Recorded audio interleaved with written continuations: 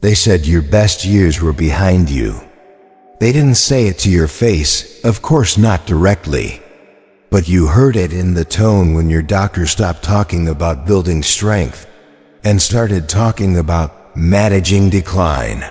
You felt it in the way younger men at work started explaining things to you slower, like your mind had rusted while theirs was being sharpened by the internet. And you saw it in the eyes of women who once used to light up when you walked in, now looking right past you as if you were wallpaper. They didn't need to say the words. You got the message. He's done. But here's what they never understood. The older you get, the more dangerous you become, because now you've lived through it. You've seen men lie, families fracture, reputations collapse. You've made mistakes, buried people, carried regret like a second skin. And most importantly, you've run out of time to waste. This isn't a motivational speech. This is a reminder that if you're still breathing, you've still got weapons. But they're not your muscles anymore. They're your presence, your restraint, your clarity, your discipline, and your refusal to be reduced. You are not a relic. You are a reckoning. Let's begin. 1. The power of stillness. Why you no longer chase, young men run. They chase money, approval, sex, recognition, speed, likes, applause, but they don't realize that noise is not movement. And momentum is not mastery. You used to run too. And sometimes, when you forget who you've become, you still feel the urge to reply faster, to defend yourself, to prove you've still got it. But that's not who you are anymore. You've lived long enough to understand this truth. The man who moves least is often the one who controls the room. Stillness is not laziness. It's not giving up. It's the art of saving your energy for what actually matters. At this age, you've watched the loudest men burn out, the most charming ones lie to themselves, the richest men spiral into insecurity, and the most successful end up hollow. And you realized, chasing is a young man's game. You don't fix people anymore. You don't argue to be understood. You don't show up just to be seen. You sit, you watch, you wait, like the old lion who doesn't run unless it's time to kill. Like the mountain that doesn't move, but makes others walk around it. And that stillness, it becomes your gravity. People notice when a man doesn't need attention to validate himself. Women respect him not because he's flashy, but because he's silent and certain. Younger men feel it too. They don't know what it is, but they lean in because they've never seen someone so calm and so complete. That's your advantage. Now while they chase, you choose. While they explain, you observe. While they react, you hold. And in that stillness you become something most men never will. A man who doesn't flinch. 2. Unapologetic masculinity. Stop shrinking for the world. There comes a moment in a man's life, not a loud moment, not something with fireworks or headlines, but a quiet, sobering shift. A moment where he realizes, I've been holding back who I am, not because he wanted to, but because the world slowly, methodically, trained him to. You see it in the way you soften your tone when you speak your mind, the way you shrink your frame so others don't feel intimidated, the way you second-guess your own boundaries because someone might call them toxic. It happens slowly. You become more agreeable, more apologetic, more invisible. And they tell you this is maturity. They tell you this is evolution. They tell you you're evolving past the old way. But deep down, you know the truth. You weren't evolving. You were eroding. Stoicism doesn't teach men to be soft. It teaches them to be still. And when a man is still and silent and grounded in who he is, he becomes heavy. Not heavy like a burden, heavy like an oak tree, unmovable, unshakable, impossible to ignore. You're not meant to fold. You're meant to stand. You don't owe the world a softer version of yourself. Just because your strength makes them uncomfortable, let them adjust. This world has no shortage of noise, no shortage of outrage, fragility, and digital tantrums. What it lacks desperately is men who exist without flinching, men who don't apologize for being clear, men who don't explain themselves to people who've never lived a day in their skin, men who don't bend when the emotional winds change direction. You are not dangerous because you yell. You are dangerous because you don't, because you can. Hold eye contact longer than anyone in the room, because your standards are not up for debate, because your boundaries are not suggestions. So sit with your legs wide. Speak with your chest. Correct people when they cross the line, not because you're angry, but because you're awake. This is unapologetic masculinity, not a costume, not a performance, not a slogan or identity, but a quiet return to what has always worked and always will. And the irony? The very traits they told you to suppress are the ones they'll be drawn to when everything around them falls apart. Because when crisis hits, they won't be looking for soft. They'll be looking for solid, not someone who's nice, someone who's unshakable. That's you. If you stop dimming your own fire to make others feel warm. So if your voice is low, let it be low. If your opinions are sharp, sharpen them further. If your presence is too much for small people, don't shrink. They'll either rise or they'll disappear. Either way, you remain. And that's the most masculine thing you can do in a world that keeps begging men to disappear. Exist with full weight and never apologize for it. 3. Reclaiming discipline. Because your prime is not behind you. They told you men peak in their 30s. That after a certain point, you were just supposed to maintain, manage, and eventually decline, physically, mentally, spiritually. As if your life was some long, slow slide into irrelevance. But here's the truth. Your prime is not an age. It's a decision. And for many men, real strength doesn't begin until everything outside of them has been stripped away. The applause, the distractions, the external ambition that used to feel like purpose. When all of that fades, only one question remains. Can you govern yourself? Because that's where discipline lives, not in performance, in sovereignty, not in what you tell others about your goals, but in what you do when nobody is watching, when nobody cares, when it's just you and the mirror and the clock ticking louder than ever. Discipline doesn't mean punishing yourself. It means respecting yourself. It means moving your body, not to impress anyone, but because your future self depends on it. It means choosing food like it's fuel, not comfort. It means reducing your world down to what matters, because you finally realize that most things don't. And here's the shift. When you were younger, you trained to look a certain way. Now, you train to last. You don't need to lift for ego, you lift for longevity. You don't wake up early to prove something. You wake up because time is the most expensive currency you have left, and you're done spending it on junk. So you stop outsourcing your thinking to cheap media. You start filtering what goes into your mind like a man guarding a sacred temple. You read better.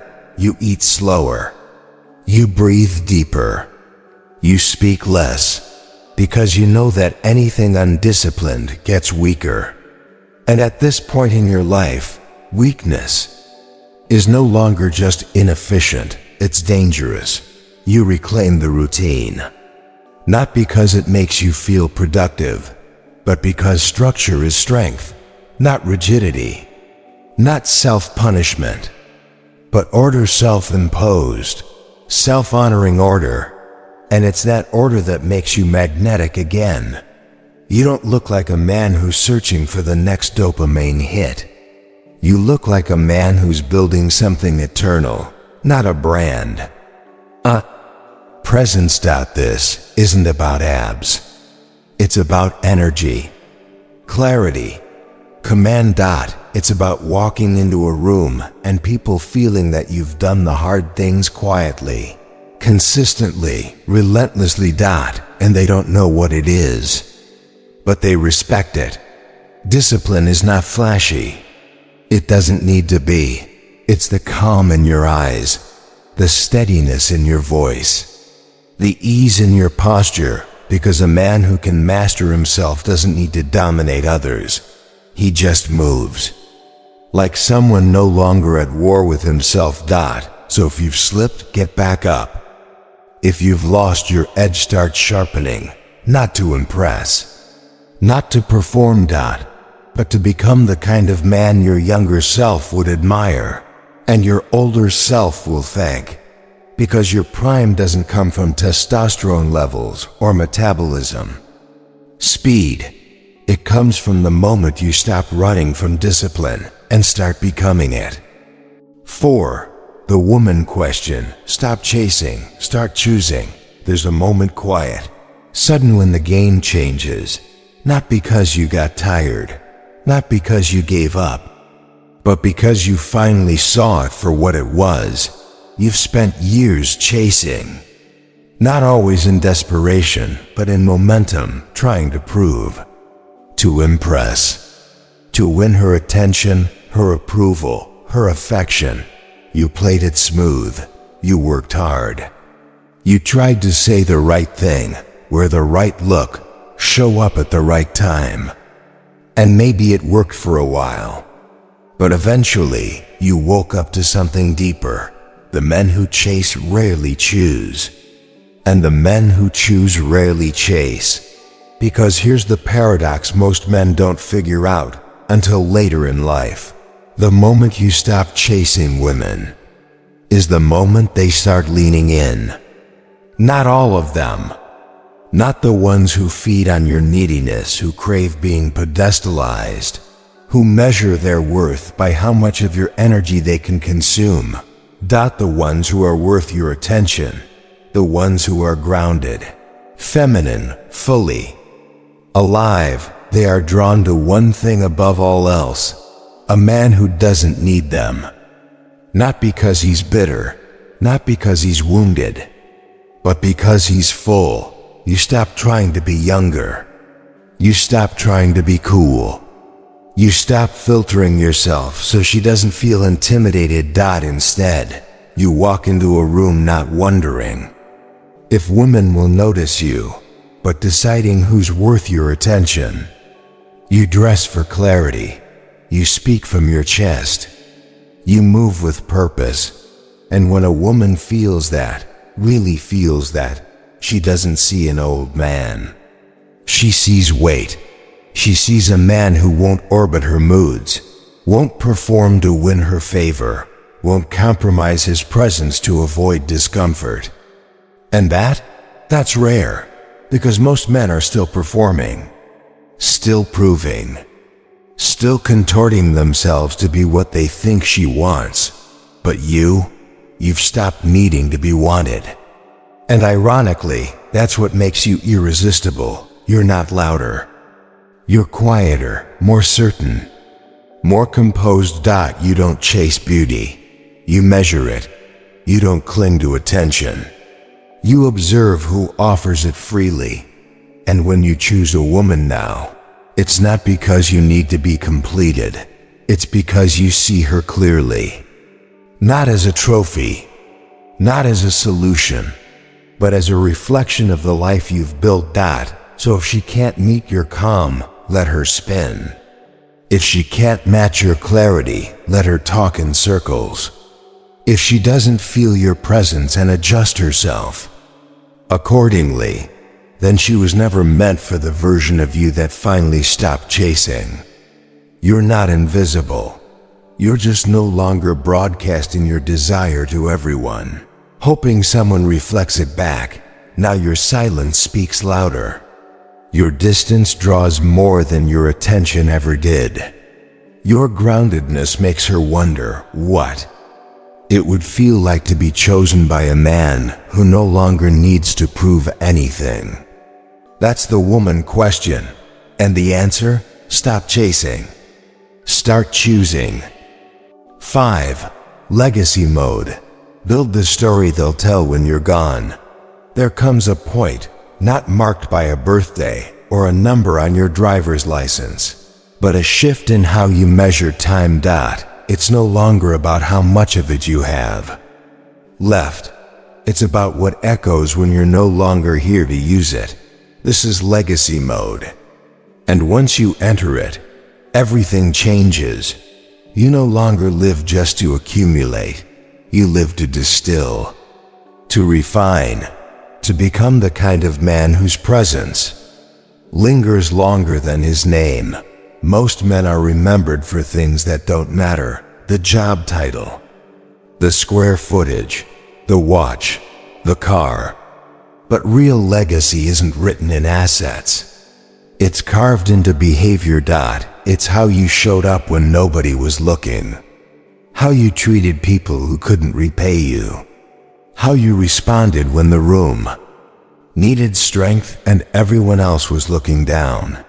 You become the blueprint, not because you were perfect, but because you chose to be consistent, because you stopped performing for strangers and started mentoring the men around you, because you didn't flinch when life got unfair. You adapted, stood taller, and let your example do the speaking. Legacy isn't a speech, it's repetition. The morning routines you upheld, the boundaries you enforced, the discipline you kept when excuses would have been easier, the way you raised your sons or the sons of men who never had fathers, the way you loved, led, protected, endured. It's in the stories people tell about you, not the ones you told about yourself. And when they ask, who showed you how to walk like that, speak like that, think like that, let them answer without hesitation, that man, right there. Because at this point in your life, it's no longer about trying to be someone. It's about becoming someone worth being remembered, not through fame, through impact. Not through popularity, through presence. So start walking like your shadow is teaching someone. Start speaking like your words are going to be repeated at a dinner table one day by someone who looked up to you. Live in such a way that your funeral doesn't require a script, because your life already said enough. This is the final chapter, but not the end. This is where your calm cuts deeper than chaos, where your silence weighs more than 1,000 empty opinions, where your actions echo, not for applause, but because they were real. Legacy mode isn't something you wait to enter. It's something you activate right now. And the men who do, they don't just get remembered, they get quoted. Conclusion: you're not done. You're just getting quietly dangerous. Most men fade because the world convinces them to. It starts slow. First with silence, then with softness, then with surrender. But not you.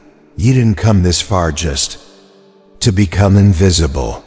You didn't survive heartbreak, regret, betrayal, grief, aging, and self-doubt just to sit quietly while the world talks over you. You're not done. You're just finally becoming the version of yourself that doesn't ask for permission. You've stopped reacting to noise, stopped chasing approval, stopped explaining what a real man is to people who've never met one.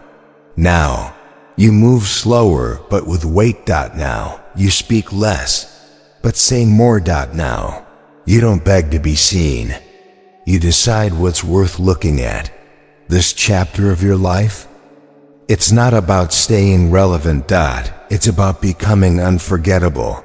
The younger men around you, they're watching. The women near you, they're noticing. And the man in the mirror? He's no longer looking for who he should become. He's asking if you'll finally be him.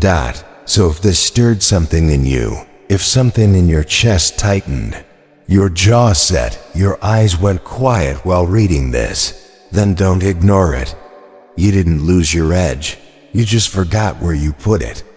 Now's the time to pick it up. Not to prove anything, but to leave something behind that no one can take away. And if you felt that, if this message hit you in the gut like it was written for the man you've almost become, then type it in the comments right now. I'm not done. Let them see we're still here. Let them see we never left.